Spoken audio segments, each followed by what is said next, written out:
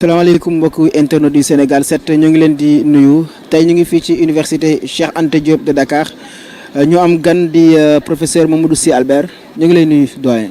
maa ngi lay fay xaali maa ngi wax. alors tey ñuy waxtaanee meurtre yi nga xam ni ñu ngi koy nemmeeku te mu ngi bëgg a jéggi dayoo ci Sénégal yow ban jàngat nga ci am. waaw ni nga ko waxee daal noonu la meurtre yi mu ngi commencé bari. muy am ci biir Ndakaaru muy am ci biir réew mi ci région yi luñ ci gën a ràññee mooy que en général jigéen ñi ñooy nekk victime muy jigéen xale wala jigéen femme mariée wala femme bu sëyul loolu li muy wone mooy que ba tey ji crise dafa am ci Sénégal crise nag buñ koy wax dafa ëmb lu bari crise économique am na nit ñi seen amatuñu doole ñu bari du amuñu liggéey boo gisee ci jigéen ñi ñuy liggéey bariwul en général ci petit commerce la ñu nekk xale yi aussi amuñu xëy mag yi sax tey ji am na société yu bari ñu commencé ñu am ay problème ay jafe-jafe donc crise économique bi am na loolu bàyyul xale bàyyul mag bàyyul jigéen wante lu ñu gën a xool ci crise bi dafa am effet dafa am impact am na nu muy laale askan bi ci ñan la gën a laal mooy ñi nga xam ne amuñu doole waaw ci am ku amul doole ci Sénégal tey ji ku njëkk bu ñuy seet mooy jigéen ak xale ñooñu ñooy yi nga xam ne amuñu doole amuñu en tout cas emploi amuñu xaalis lu ci gën a bari dañuy dépendre ci baay wala ci jëkkër wala ci mag donc dépendance boobu su amee rek ci biir famille bi mooy li ñuy wax délitement des liens c'est-à-dire diggante nit ñi day yàqu soo amul pratiquement nekkatoo dara soo sëyul aussi nekkatoo dara soo nekkee xale amul liggéey doo dara jigéen bi aussi sooy sëy te fekk fi ngay sëy amul doole amu fa bon da ngay gën a fragile donc loolu moo tax liens yi defe naa crise bi am na gaa wante lu gën a jaaxal nit ñi mooy liens yi diggante nit ñi day gën a yàqu te diggante bu yàqee muy jigéen ak jëkkëram jigéen ak doomam jigéen ak waajuram liens yooyu ñooy tas et loolu moo tax violence bi ni muy amee toujours ci biir famille bi la ci cellule familiale bi loolu la ñu gën a ràññee. maintenant am na beneen violence aussi bi nga xam ne mu ngi ci système éducatif bi boobu keroog dégg nga que am na benn enseignant dañ dégg élève am moo ko dóor te loolu amoon na fi même ci université de Dakar am na ay recteurs yu ñu séquestré am na doyen yu séquestré am na enseignants sax yu ñu dóor ci université yi muy fii muy Ndar wala feneen donc violence bi muy gën a law ci biir famille bi ak ci biir système éducatif bi c'est-à-dire que ak mbedd mi. donc sooy analyser loolu mooy que espace public yi espace socio-éducatif yi ñoo gën a sentir crise bi te violence bi foofu la gën a ràññee et donc loolu c'est vrai que situation bu doy waar la parce que sénégalais quand même neexul ba neexul lu mu am famille la mooy suñu base société te famille bi lu ko laal société bi. mais violence yooyu nga xam ni moom la ñu nemmeeku ba mu dem bay aboutir ci ay meurtre yan raison sociologique mooy expliquer loolu. bon raison sociologique bi mooy que ci biir famille yi dañuy seen dund neexul amuñu am bi mooy wàññeeku te am bu wàññee te yow mënutoo am ndékki mënutoo am añ mënutoo am reer tension sociale lay indi même bu dul pour rien c'est-à-dire que même soo yeewoo nga am 20 ans wala 35 ans wala nga nekk jigéen ngay sëy yow mënoo sax lijjanti 100 francs wala 500 francs mais loolu dafay am conséquence psychologique c'est-à-dire que doo gëmati sa bopp soo toogee par exemple lu yàgg ay 1 an 2 ans 10 ans nga nekk ci ngay dund loolu dafa lay conditionner conditionnement économique la ak conditionnement social mooy tax nit ñi tension bi mooy ëpp c'est-à-dire que amatul sax possibilité ñu toog waxtaan wala discuter parce que du ñu am solution pour régler seen problème jafe-jafe yu ñu donc psychologiquement muy jëkkër bi wala muy mag bi wala muy papa ji wala muy yaay ji dañuy dund ci tension permanente du ñu amati possibilité intelligence discuter pour régler seen problème problème yi moo leen di mujj dominer et en général problème bu la dominer toujours sa réaction disons booy réagir doo ko contrôler doo am maîtrise de contrôle parce que sa situation dafay gën a xat et soo xoolee aussi bon ci société bi muy am muy ci région de Dakar wala à l'intérieur lu ci gën a bari am na surpopulation da ngay gis famille bi nga xam ne 15-20 personnes fekk kenn mooy liggéey te kooku li muy liggéey mënul dundal waa këram loolu day indi tension sociale maintenant lu ci gën a doy waar mooy que en général su amee tension ci jëkkër ji wala ci mag bu góor bi wala ci papa ji violence rek la ñuy utiliser ñoom loolu mooy seen arme dernier arme bi dernier recours bi mooy loolu mooy dóor mais dóor bi nag bon su fekkente ne am na aussi environnement bi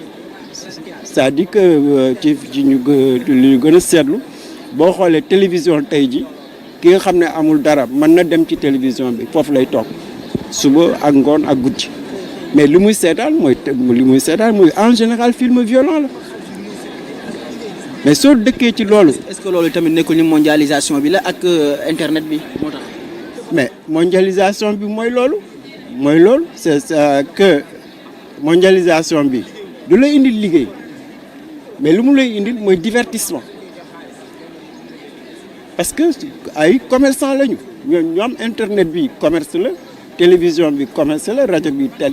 commerce la journaux yi commerce la dañuy commercialiser ñoom seen produit lan moo gën a jar mooy divertissement muy musique bi muy cinéma bi violence moo gën a jar ci àdduna bi c'est une société de crise qui fait que bon violence soo koy jaay ñëpp ñoo koy jënd ak divertissement donc ça veut dire que ñi nga xam ne ñu ngi ci situation boobu à la limite dañ leen di conditionner mënatuñu bu ki nga xam ne nag yàlla xiir na ko ci affaire télévision wala yàlla xiir ko ci drogue wala ci alcool mais dafay gën a yokk problème am et c'est ça qui fait que bon tension yooyu yëpp solution bi mooy violence et defe naa loolu mooy problème bu gën a rëy c'est-à-dire que nit ki bu demee ba wóolatul papam wóolatul yaayam wóolatul xalaatam moom dooleem rek la wóolu mais kooku violence rek lay utiliser pour li mu mënti wut ci àdduna violence la koy utiliser su day sàcc day dóor du nangutu benn autorité donc vraiment am na violence boobu il faut ñu xool ne ñu xam ne que am na lu mu ëmb. récemment bërki démb am na benn xale bu am 17 ans bu ñu fiy agressé. démb am na aussi benn femme boo nga xam ne 20 ans la am dañ ko rey. non mooy frustration tey ji boo xoolee soo demee ba yow gëmatoo sa bopp sa bopp que li ngay am comme problème yow solution violence rek nga am loolu moo tax que doo maîtrise sa bopp amul maîtrise bon ça veut dire que en tout cas pour ñu gën a comprendre li ma bëgg a wax mooy que nit ki dafay nekk comme xar animal la soo amatul sa intelligence ak sa maîtrise bopp rek yaa ngi ci animosité xar bi ak bétail bi nu muy réagir noonu ngay réagir parce que moomatoo sa bopp et loolu su jotee nit ki solution bi moo doon lu gënoon mooy mu am ki muy waxtaanal ci biir famille am mais soo amatul bàyyi amatoo yaay amatoo sa dëkkandoo faale wala yow faale woo ko donc da ngay gën a nekk seul solitude bi def naa solitude bi moo tax ñu gën a am problème et solitude bi mooy expliquer violence sexuelle parce que da yaa ngi ci solitude gën a nekk seul gën a isolé wu mais yow da ngay seet ki nga xam ne mën nga ko agresser seul loolu mooy sentiment d'agressivité du ñu attaquer mu quelqu'un ci public dañu xaar ba nga wéet ba ñu xam nañ ko yow ñoo la ëpp doole xam nañ ko ñoom am nañu mën nañ la bett donc mooy isolement bi mooy tax que en général muy agression sexuelle muy agression physique muy sàcc ci mbedd yi solitude boobu mooy créer benn situation de conditionnement que yow doo wóolati kenn amatoo confiance ci sa famille amatoo confiance ci sa waajur amatoo confiance ci kenn yow fi nga am confiance daal mooy sa doole. mais est-ce que tamit loolu kon du càggee na ñu andiwaat beneen système d'éducation boo xam ni parents yi dañu ko am ak seen ay doom. waaw éducation bi moom il faut ñu seetaat ko parce que boo gisee ñun sénégalais wala africain en général suñu force moo doon éducation suñu lépp mu ngi doon mu ngi wekku ci éducation muy xale bi muy ñi nga xam ne ñu ngi sëy muy mag yi ñun suñu base société mooy éducation loo mënti def dañ lay jox benn valeur bi nga xam ne da ngay ànd ak moom ci loolu lañ lay yar ci loolu ngay màggee et système boobu importance bi mu amoon mooy que nit ñi dañu nekkoon solidaire que kaddu papa kaddu yaay kenn du ko fooye sa mag kaddam doo ko fooye donc système boobu defe naa il faut aussi que nit ñi dellu yaa ngi doon wax modernisation bi mais modernisation bu ñu toppee mooy individualisme ku commerçant mooy li mu intéressé mooy ku am liggéey ku am xaalis ki nga xam ne amal na ko njëriñ ku amul liggéey ku amul xaalis amaloo ko benn njëriñ donc commerce la ñuy def et soo suivre commerce boobu c'est sûr et certain que fu ñu jëm bon du baax parce que ñi nga xam ne amuñu doole amuñu kattan mais duñ ci génn mais ki nga xam ne am na moom dina am télévision dina am liggéey dina am lu mu dund et cetera donc solidarité boobu il faut ñu dellu foofu. nekk système éducatif bi aussi tey ji dafa war a dellu en tout cas ci valeur africaine naka la ñu fexe ba suñu système moderne bi muy français bi muy anglais bi muy espagnol bi naka la ñuy fexe ba suñu valeurs yi dugg ci éducation def naa loolu daal lu war a mën na nekk solution mais beneen solution aussi mooy valeurs yi soo gisee tey ji les familles religieuses mais war nañu doy comme exemple que tey jii muy xale muy ndaw muy jigéen muy ku am xaalis ak ku amul xaalis mais ñu ñëpp ñu ngi seet famille religieuse ni ñu tëddee mais loolu exemple la am na discipline am na valeur am na respect des hiérarchies amuñu tension politique wala tension sociale donc loolu modèle la bu ñu war a jàng pour aussi système éducatif bi bon suñu moytul daal crise bi day gën a law te plus muy gën a law mais plus lien yi nga xam ne amoon na diggante enseignant ak élève mais day rocceeku valeurs yi aussi day dem. buñ ne dañuy violence dañuy agression ba noppi suivi de meurtre alors yow bu fekkoon da nga doon def benn analyse ban matuwaay la état bi nga waroon jël pour éradiquer fléau bi nga xam ni moom la ñu nemmee ko jamono ji. waaw état Sénégal mooy que amuñu jumtuwaay. xam nga par exemple boo xoolee gox yi situation familiale lu ñu nekkee pratiquement état bi amu fa nit ñi amuñu police amuñu gendarmerie amuñu militaire amuñu sax autorité politique amuñu sax service public et loolu bon loolu musiba la c'est-à-dire citoyen bu demee Dakar di gën a yokk problème di gën a yokk te état bi taxawul ci sécurité nit ñi c'est sûr et certain que insécurité bi day gën a law maintenant beneen problème bi nga xam ne solution la mooy que il faut ñu dellu par exemple ci éducation civique éducation civique am lu am solo la mais beneen éducation bi mooy assistance psychologique c'est pas normal que nga nekk établissement nga am 800 élèves par exemple te amoo benn psychologue mais c'est pas normal que nga regrouper 800 personnes amul benn psychologue benn équipe de psychologue ñi nga xam ne dinañu surveiller élèves yi dinañu surveiller enseignants dinañu surveiller administration mais problème yu bari c'est des problèmes psychologiques. donc mën nañu jàpp ni kon ci yenn établissement yi nga xam ne ñooy jàngale dañ ci waroon a accompagner ak des sociologues. mais éducation dafa ànd ak psychologie soo xoolee éducation ni muy démarrer fii wala France wala ci pays européen foo gis système éducatif day am système d'accompagnement psychologique psychologie dafa bokk ci éducation c'est pas possible même que nga am par exemple ñaari doom ñetti doom te doom yooyu duñu dem mukk pour seeti benn psychologue mais c'est est-ce que am nañu moyens yoo xam ne mën nañu la permettre ñu dem di seeti ay. voilà loolu état bi mooy rôle am ba am les cases de santé yu ñuy wax nii wala dispensaires yi wala hôpitaux yi mais dañoo war a am psychologue parce que psychologue mooy faj feebar psychologie mais médecin bi mënul faj psychologie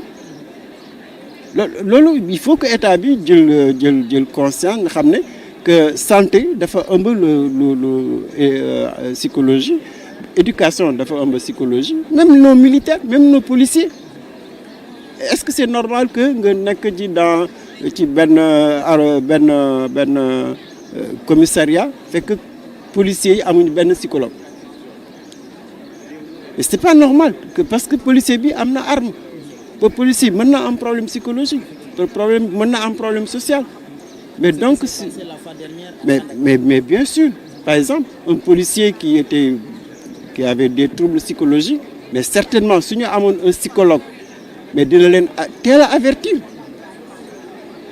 mais loolu policier simple mënul accompagner policier au plan psychologique commissaire mënu ko discipline la bon xam-xam la donc dafa laaj que en tout cas ñu gën a bàyyi xel ci psychologie et même pour li nga doon wax ci éducation africaine traditionnelle mais ñun dañu amoon psychologue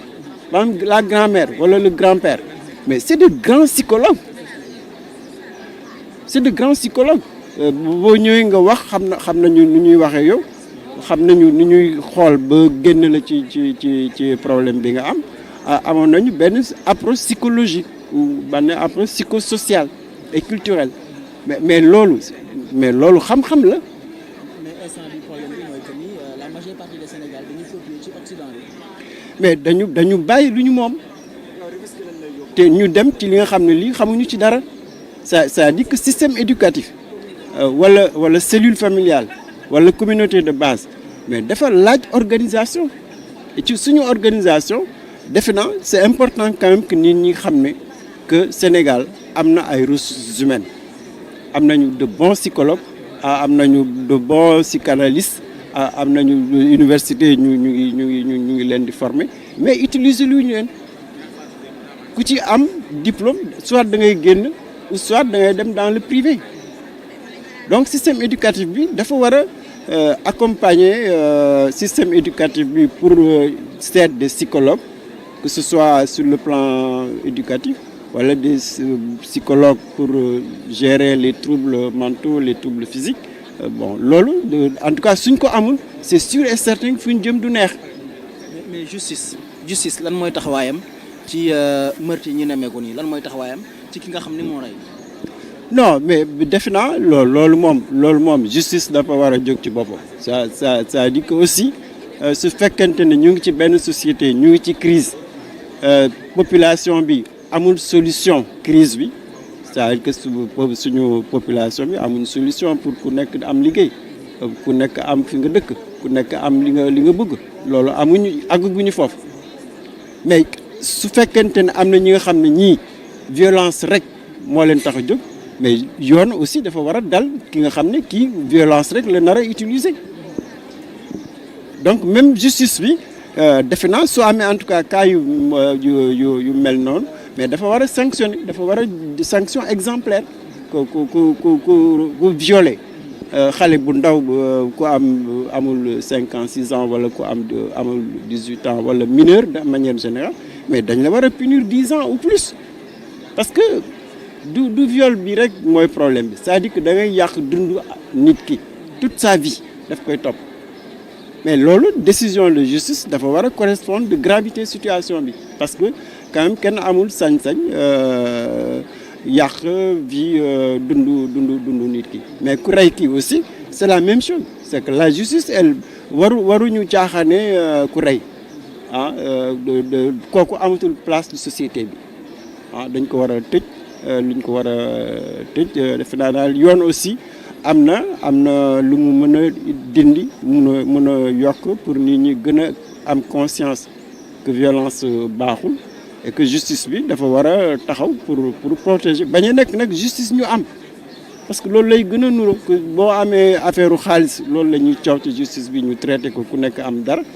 mais bu dee pauvre yi bon justice à la limite duñu leen dégg ou en tout cas nuñ koy traité day yéex donc justice aussi am na place ci crise bi au moins mën na rassurer ñi nga xam ne dañu faible mais ñi nga xam ne dañu tooñ ñu delloo leen ci yoon ba ñu mën a leen juger condamner leen et def leen ci prison ñooñu amatuñu place ci société bi